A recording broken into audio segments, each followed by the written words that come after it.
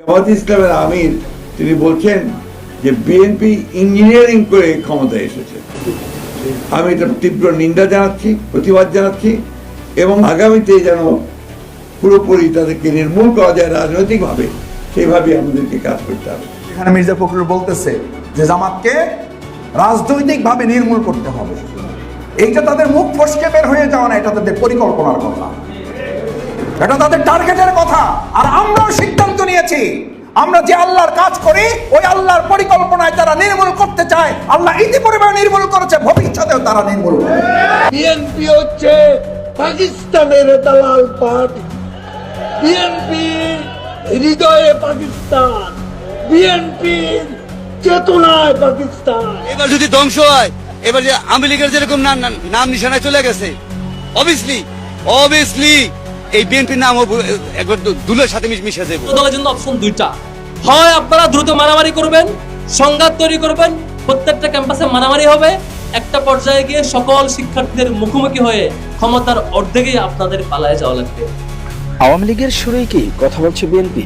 BNP নেতা মির্জা ফখরুল ইসলাম আলমগীরের এমন বক্তব্য নেট দুনিয়ায় তোলপাড়। হঠাৎ করে জামাত ইসলামকে নির্মূল করার স্বপ্ন দেখছে বিএনপি, সেটিও রাজনৈতিকভাবে। পাল্টা হুঁশিয়ারি দিলেন জামাত ইসলামও, আর কোনো ছাড় নয়। যেভাবে আওয়ামী লীগকে নির্মূল করা হয়েছে ঠিক একইভাবে তারাও নির্মূল হয়ে যাবে যদি জামাত ইসলামকে নির্মূল করতে চায়।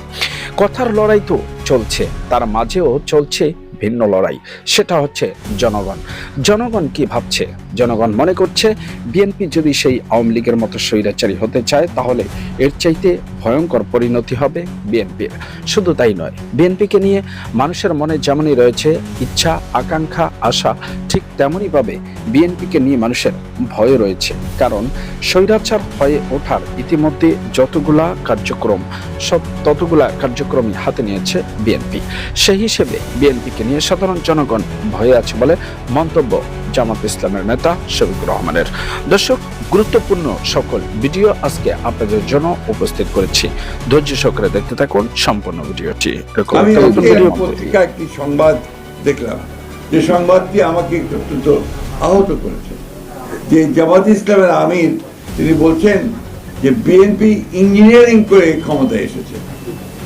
আমি এটা তীব্র নিন্দা জানাচ্ছি, প্রতিবাদ জানাচ্ছি এবং তিনি বা তার দল যে কখনোই সুস্থভাবে চিন্তা করেন না তার প্রমাণিতটা হয়েছে। সমগ্র পৃথিবী, এই সমস্ত যারা অবজারভার এসেছিল, সমগ্র বিশ্বের সমস্ত দেশগুলো, বাংলাদেশের সমস্ত প্রতিষ্ঠানগুলো, পত্র পত্রিকা, মিডিয়া এক বাক্যে স্বীকার করেছে যে এই নির্বাচন ছিল এই কালের, অর্থাৎ বাংলাদেশের থেকে সবচেয়ে নিরপেক্ষ, অবাধ এবং সুষ্ঠু নির্বাচন। এবং সেই সুষ্ঠু নির্বাচনের মধ্যে দিয়েই বিএনপি তার জনপ্রিয়তার মধ্য দিয়ে 213টি আসন লাভ করে সে সরকার গঠন করার সুযোগ পেয়েছে।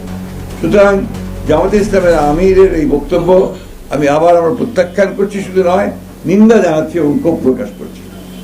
যাই হোক, যে কথা বলছিলাম যে আজকে বিভিন্নভাবে বিএনপির বিভিন্ন কর্মকাণ্ডের উপরে বিভিন্নভাবে আপনার প্রচেষ্টা চালানো হচ্ছে। ওই শক্তিটির পক্ষ থেকেই একটা আবার ধূম্রজাল সৃষ্টি করা, আবার একটা বিভেদ সৃষ্টি করা।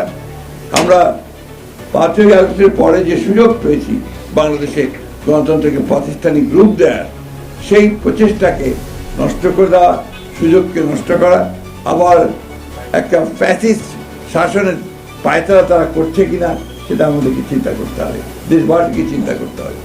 ভিন্নভাবে দেশকে আবার স্বৈরাচারের মধ্যে তারা নিতে চায় কিনা সেটাও আমাদেরকে চিন্তা করতে হবে। এবং তাদের যে অতীত ইতিহাস, সেই ইতিহাস আমরা সবাই খুব ভালো করে জানি।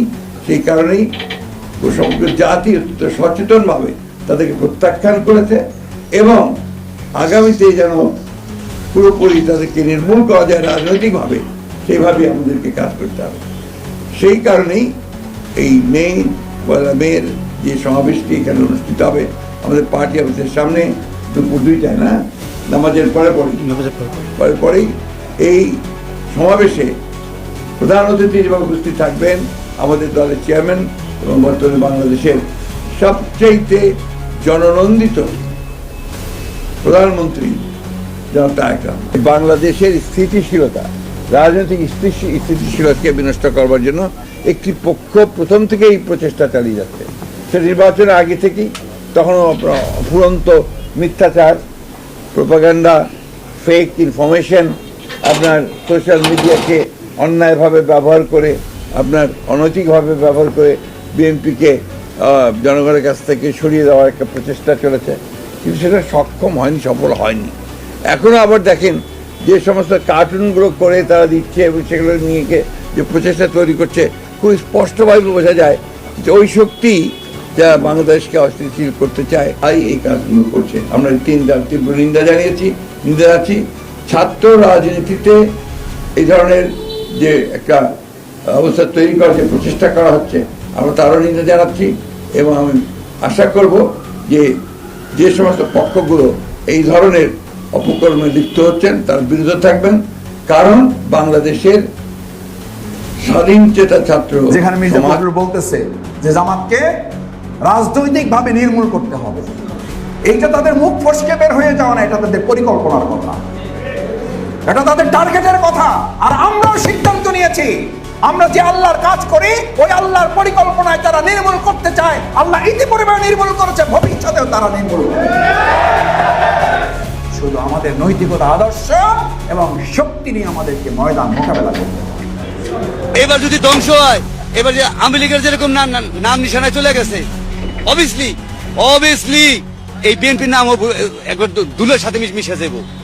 একটা চান্স আছিল, যদি 20 টাকাই বাড়তি হয় তাহলে আমি এই রাত 4টার সময় আসবো কেন? এটা কি আর 20 টাকা বাড়ায় এই নিসাফাত?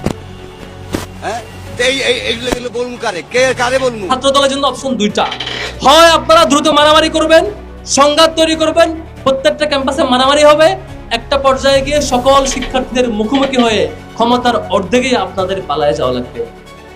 অথবা চিত্রপট 2, আপনারা 5টা বছর ক্যাম্পাসে প্রত্যেকটা সংগঠন তাদের পলিটিক্যাল প্র্যাকটিস জারি রাখবে, আপনারা কোঅপারেট করবেন, শিবিরের বিরুদ্ধে যা মন চায় মিছিল করেন, কিন্তু আক্রমণ করবেন না, মিনিমাম ডেমোক্রেটিক প্র্যাকটিস মেনটেন করবে, ঠিকঠাক মতো 5টা বছর শাসন করবেন।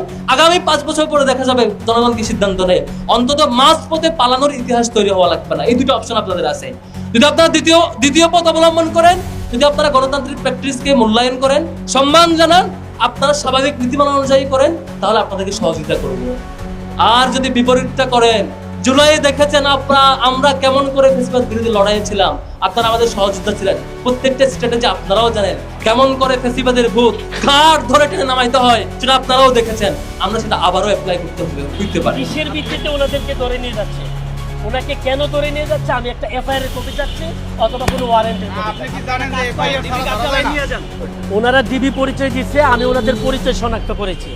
আমি শুধু বলছি যে ওনার বিরুদ্ধে যদি কোনো মামলা থাকে অথবা কোনো অ্যারেস্ট ওয়ারেন্ট থাকে তাহলে ওনাকে ধরে নিয়ে যান, কিন্তু ওনারা আমাকে কোনো অ্যারেস্ট ওয়ারেন্ট দেখাতে পারে না।